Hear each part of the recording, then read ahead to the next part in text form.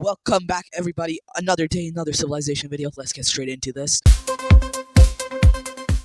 Okay, so first things first. I I guess we begin over here. So my first thing first, actually, I need y'all to subscribe immediately. Chat, please. We need to hit 800 subscribers.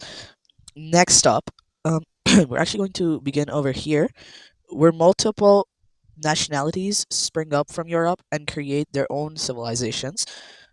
Now, most of these aren't full-fledged states, but one that is, and actually kind of matters, is one Athens.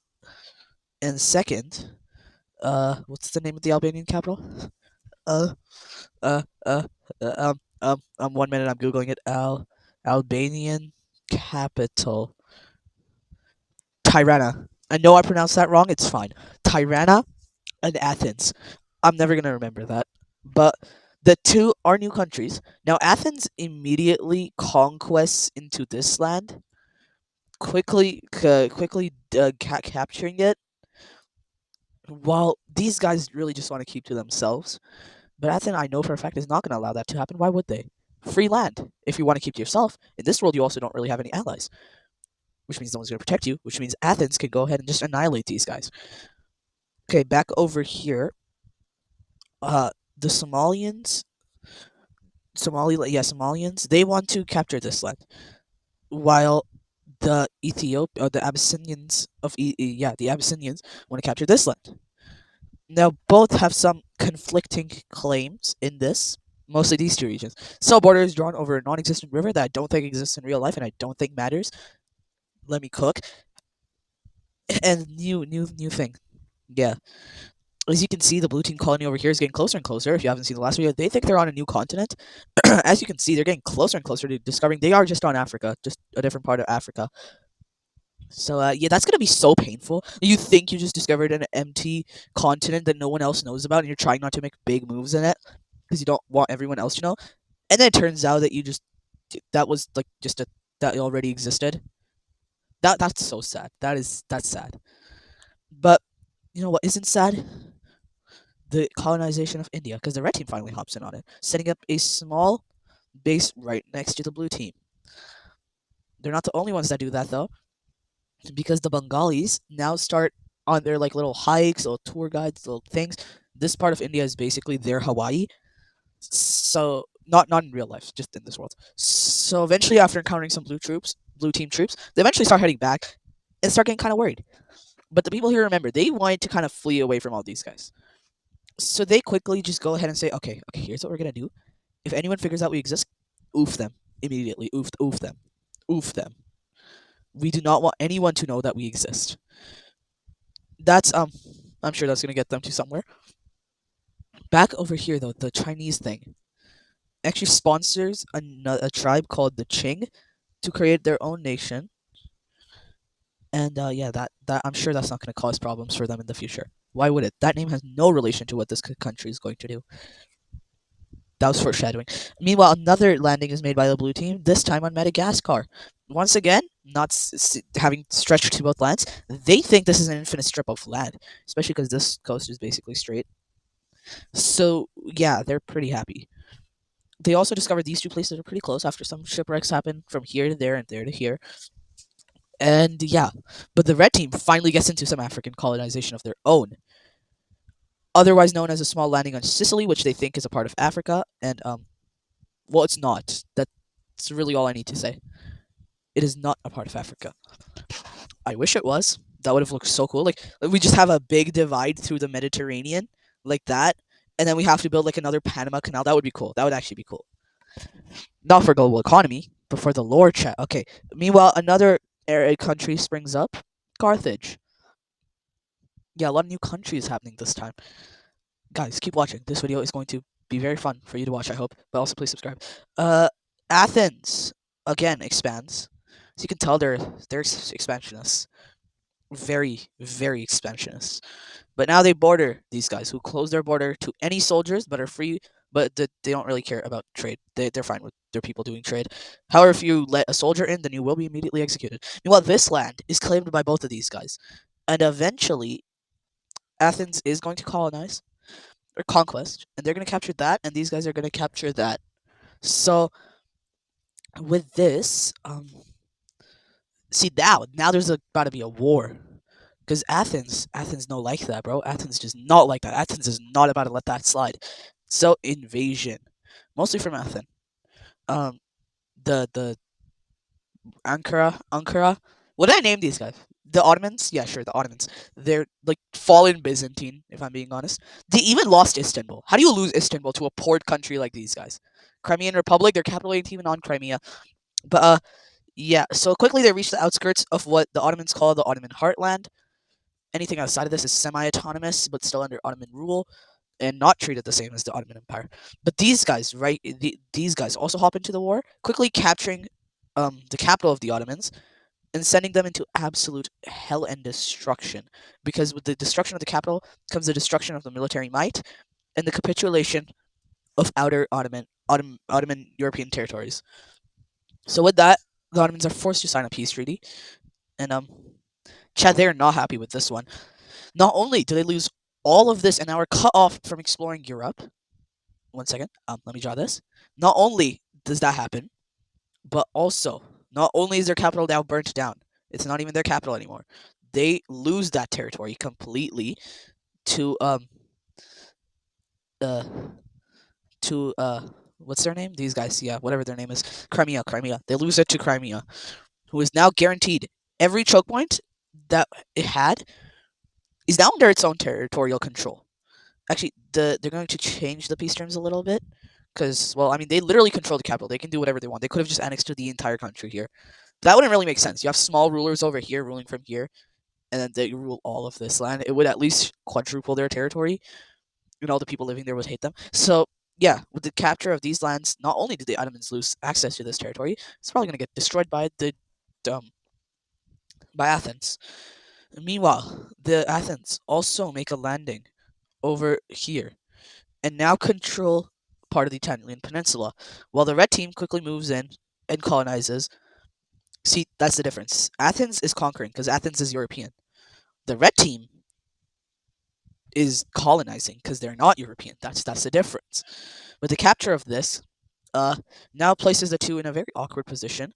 Their main thing is like what Spain and Portugal did, and it's just like, okay, we're just going to draw a line over the world, and everything you find, this will keep going straight like that infinitely, and everything on here is mine. Everything this is by the red team's perspective.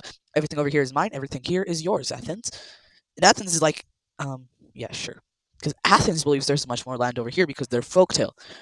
The red team believes there's way more land over here because of their king's folktale. I'm just going to zoom out of the map. You can see how this treaty is very flawed because it only applies to the European continent. And since people think the Mediterranean Sea is infinite and Spain doesn't exist, they think the European continent would end somewhere around here. Once they discovered France, that's what they would think it ends at. Which means that they're kind of screwed. But that's not it's not all bad because the red team is about to fight a very big war. A war that's going to change everything. The Mamluks declare war on the red team. And they not only destroy Cairo, the red team's largest African city, they also reach the red team's largest port on the Mediterranean Sea, capturing modern day this land that I can't say the name of, but you know what I mean. Not only capturing that, they also make a landing over here. The capital, this the second capital is what the red team calls it because of how much population is there and how useful it is. A city right here. Not only that, but also in that same amount of time, the blue team quickly cuts up alongside of them because the blue team also wants land, and they quickly capture all of these territories. Not only that, they also plunder through and capture this as well, just to secure their capital, so it doesn't get immediately invaded in case of war. Not only that, but the red team quickly, because the red team has faster ships, they reach the news here before and get their guys to attack, but the other guys don't really know what is happening, and so not only that, but the resources are limited, so they not only get pushed back, they get capitulated completely, ending all overseas territory of the red team. Not only that, but why didn't okay that ended color? Not only that, but Sicily begins the natives living there. They begin uprisings. Not only that, but the Mamluks, who previously were thought to be the most inferior country in Africa, Keep in mind at that time, there's like only three, four real countries. Carthage, obviously.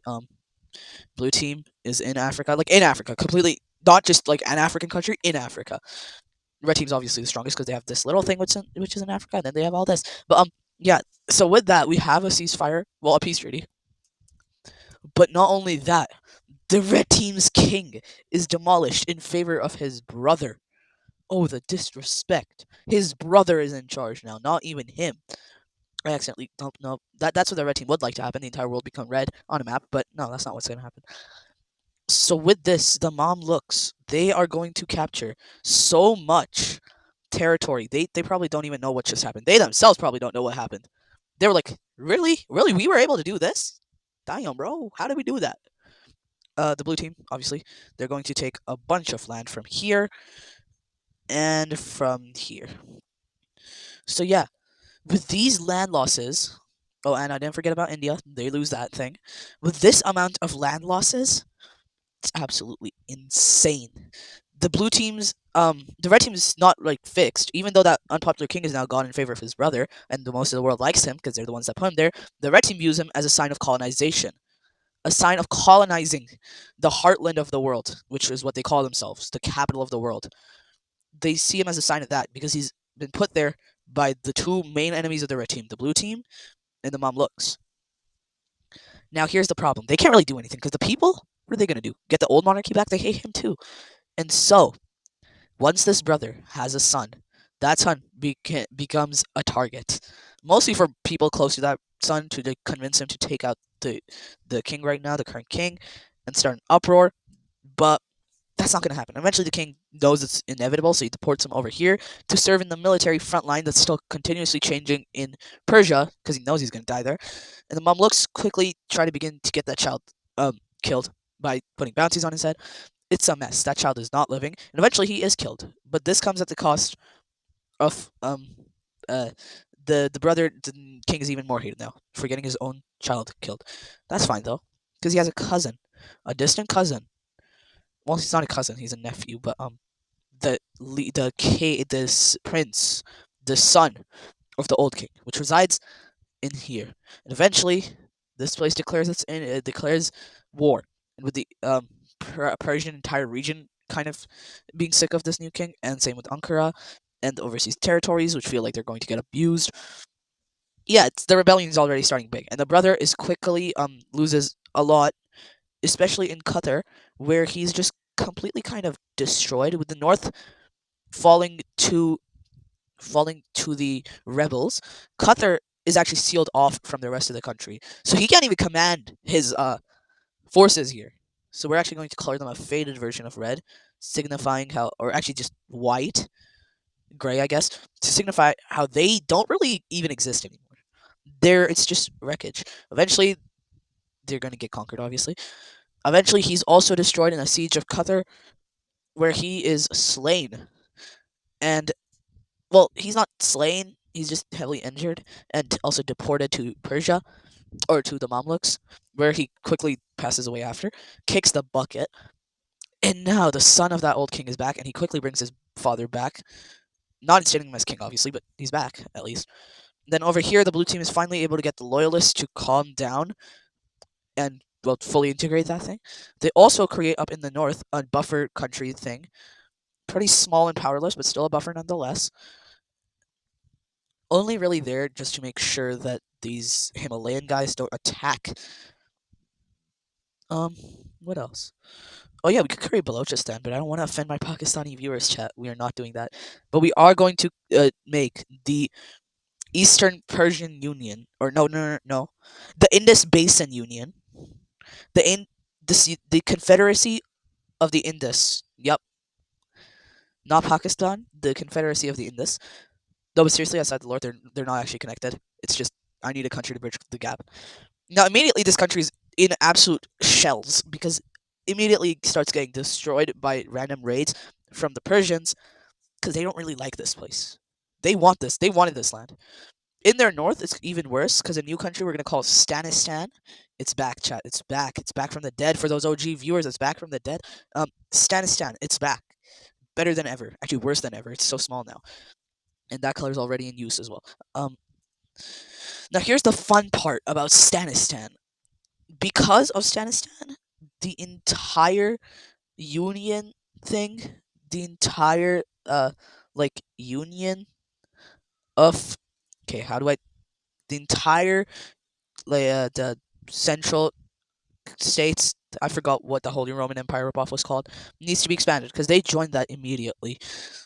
Now it looks really goofy. That's fine though, because obviously there's going to be another country that's created to balance this thing out, and it's going to be in the north, obviously. Um, which is also actually going to hinder the ability of colonization from these guys. So yeah, so first of all, the capital obviously has to be over here. These guys is over here. This is uncolonized land that's claimed by the Union.